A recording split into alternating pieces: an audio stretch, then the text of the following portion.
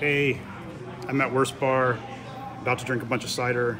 I'm here with Jesse and with, you want to say your last name again? Besnick Alico, but Bezalico. Bezalico. Yeah. Bezalico, among other things, apparently is an expert in ciders, according to Jesse.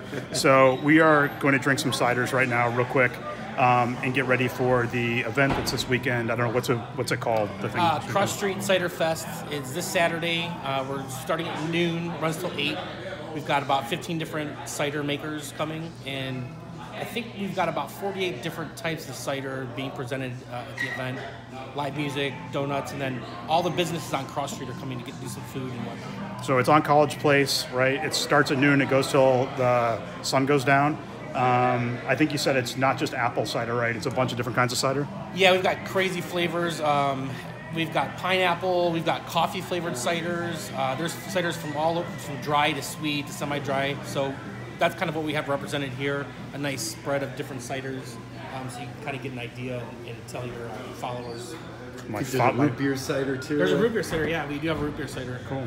And this is all Michigan cideries, right? Yep, man. Chai ciders or chai cider. All Michigan cider companies, correct. All right, so, and this is important because, and I didn't know this until today, I just wrote to the Michigan Beer Brewers Guild, Michigan Beer Guild, and the big festival that happens here in the summer, they're getting rid of cider this year. So there's no more opportunity for people to experience Michigan cider, at least in this area, right? Correct, yeah. I think we're really one of the only fall festivals there is. And can you think of another one in Michigan? There's one up north. I think there is a few up north, and I know the first cider we're going to try, Uncle John's, or just north of Lansing. A good leadway. A straight, just hard apple cider. Mike Beck, I'm very familiar with this brand and cidery, but he's the largest apple grower in the state of Michigan. So, I think a lot of people, when they go up north, they pass by, know about this place because they can take their kids there as well. But nobody grows more apples than Mike Beck at Uncle John's, and he actually sells a lot of his apples to some of the other companies to make their hard cider as well. Cool. Let's open it up. Yeah. It's a great sound. In these fun glasses, there's actually a cider glass. I didn't know there were special cider glasses. I didn't know it either until I went to the beer glass store, and they were like, cider glasses. Did they make that up, or is that real? They're more expensive.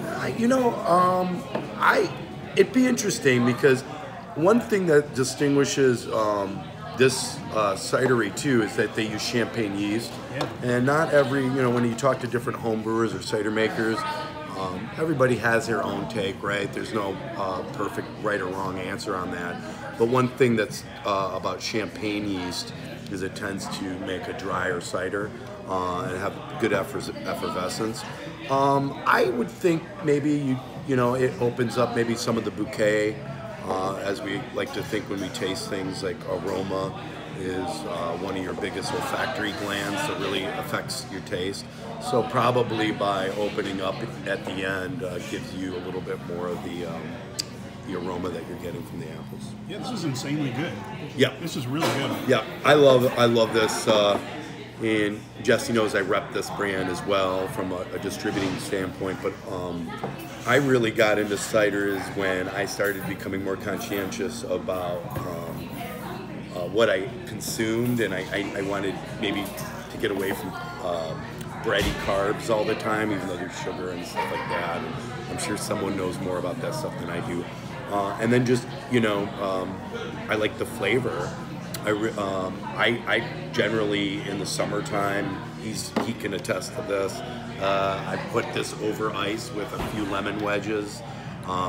In England, which has a very, very strong cider culture. Blackthorn is really popular on ice, yeah. Blackthorn. When I was in London maybe 5-6 years ago drinking ciders, I had a thing called Camera Campaign for Real Ales. It's a huge festival. It was in Cambridge at Jesus Green Gardens. They had so many ciders there. I've never seen more ciders in my life.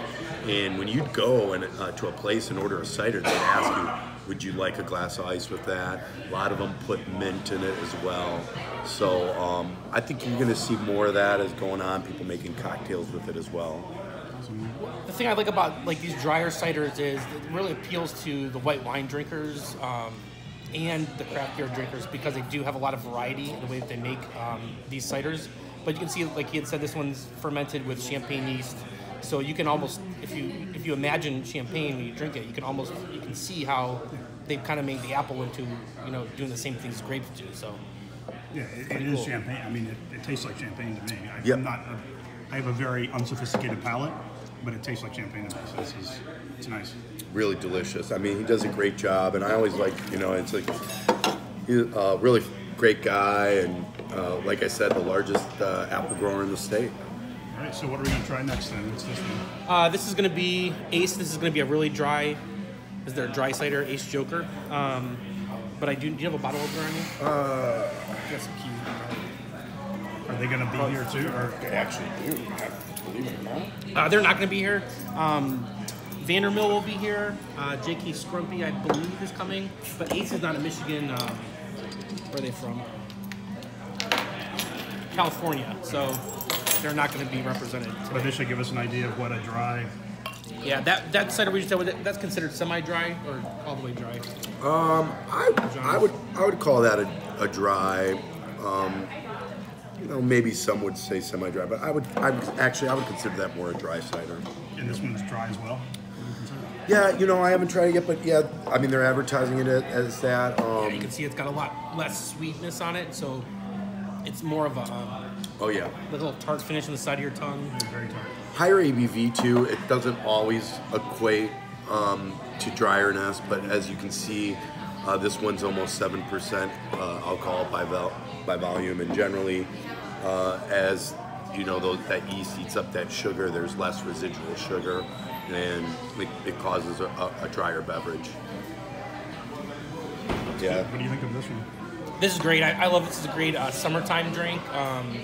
This is another one that's really good on ice because it takes on a flavor. If you do put a little wedge of lemon in it, or you slap a piece of mint and throw it in there, it really kind of spreads through the whole drink and kind of gives you a real good, nice, refreshing thing to drink in the summer. This next one we're going to try, though, this is a good wintertime ginger peach. It's going to warm you up a little bit. It's a little bit sweeter. It's not going to be quite as dry as these other ciders we've had. And these folks are coming, you said? Yep, Vandermill. Let's try it. Whereabouts in Michigan are they from? Good question. What's the can? I don't rep the brand, but I'm not sure. Look. I want to say they're outside of that Ludington, too far from that area. Spring Lake, Michigan. Spring Lake, yep. So how many cideries do we have in Michigan? A lot. I think probably close to 50 or so, maybe more. Seems to be a definitely growing thing, no question. You're seeing more and more, whether it's part of the whole, getting away from gluten. I think that's obviously a big part of it. People tend to like it. The culture is definitely growing. Are there a lot of cider bars now? Like mostly cider? It's surprising. I do foresee it. I think I remember hearing that Chicago now just opened up their second, but in the Midwest, Chicago I think was the first one to have a flat out just cider bar. So what do you think of this one? You want to talk about the flavor at all? So you can see this one it's got a real subtle flavor to it. Usually stuff that has ginger in it, it's a real strong and powerful, kind of flavor comes forward. But this is kind of subtle and subdued. It kind of overtakes the peach a little bit, but there's some peach and the sweetness in the end of it. Is it peach or pear? Peach. This one's ginger peach. Yeah, I definitely get the ginger, and ginger always has that like subtle spice. So there's that almost spicy note to it. I could see eating some sushi with this. It'd be kind of fun. Yeah, that'd be good. Cool. So what else do we have? Next, we'll try a pear cider, and that'll probably be step out over again. J.K. Scrumpy is another Michigan company. They do all their stuff's organic. Are they coming as well? I believe they are on the list. So how do tickets work? So like what do people want to show up at noon? Like what is the process like? Like what they come buy a wristband and they go around like at Beer Fest or? So we're trying to make this more of a family event because it's Ypsilanti, it's in the street, it's during the day, it's on a Saturday. We've got some games and stuff outside. We've got donuts, we've got regular hot cider, Sweetwaters, and Cross Street Coffee will both be here. But if you want to try ciders, the event's free to get into. Anybody can come for free. To try ciders, though, it's a $20 wristband. You get 7 samples of cider with your wristband. We will also have tokens for sale if you just want to try. If you just want to have 1 glass of cider, so you can get a 12-ounce glass for $5. So there's 2 different ways you can purchase ciders. It's a lot different. Yeah. Yeah, the pear is really coming out in this. I get a lot of that, almost like baked pear, like a pear, like it almost has that apple pear pie or a very ripe pear, you know. Probably a little bit higher residual sugar too. Oh yeah, you can tell this is a very sweet.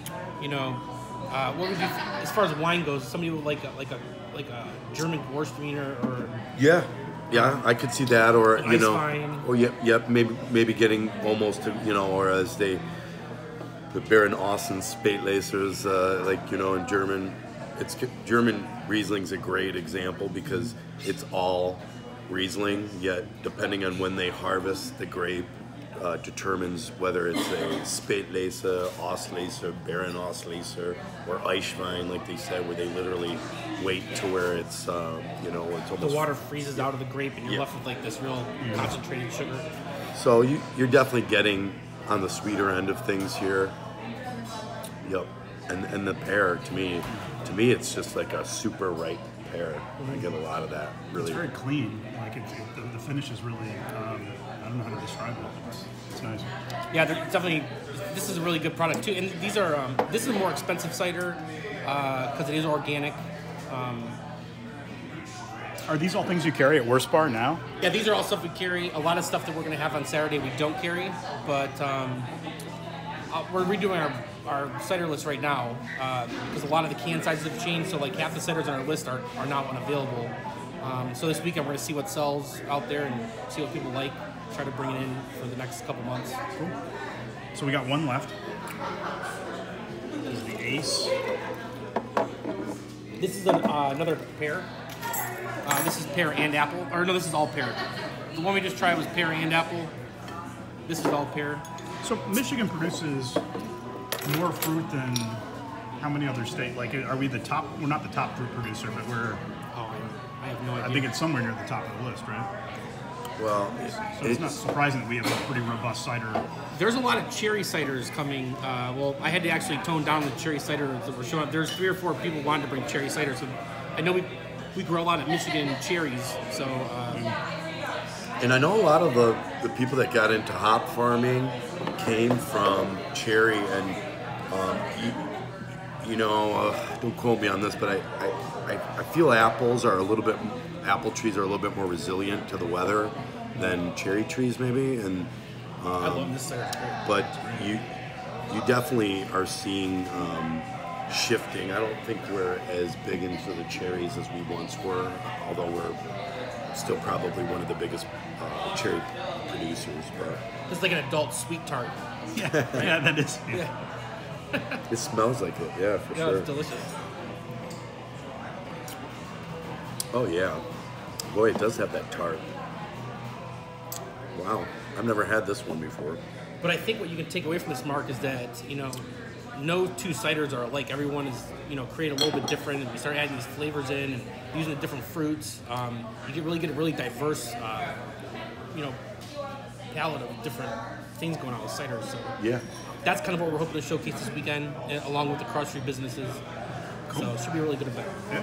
Yep. And you won't be there because you've got things to do, but... Well, yeah, unfortunately, I think I'm going to help early on, just real quick. But yeah, when I came back in I was out of the country actually for a couple weeks, and I wanted to help Jesse out. We worked together here at Worst, and yeah, I have my son's 5th birthday party, and have thanks. I have bunch of family in from out of state too. So Yeah, I keep looking over your shoulder because I'm expecting my 6-year-old to come in a minute because they're gonna meet me for dinner here. So Well, you got enough cider to drink now. Yeah, I know. Here, We're just good. give one at this. you guys leave and I'll just be sitting there with this. Yeah, but this has been great. Thank you very much for taking the time. I appreciate thank it. you, Mark. Thank Appreciate you. it. I never really appreciated cider before, so thank you for that. Yeah. I've learned something. Thank you. Yep.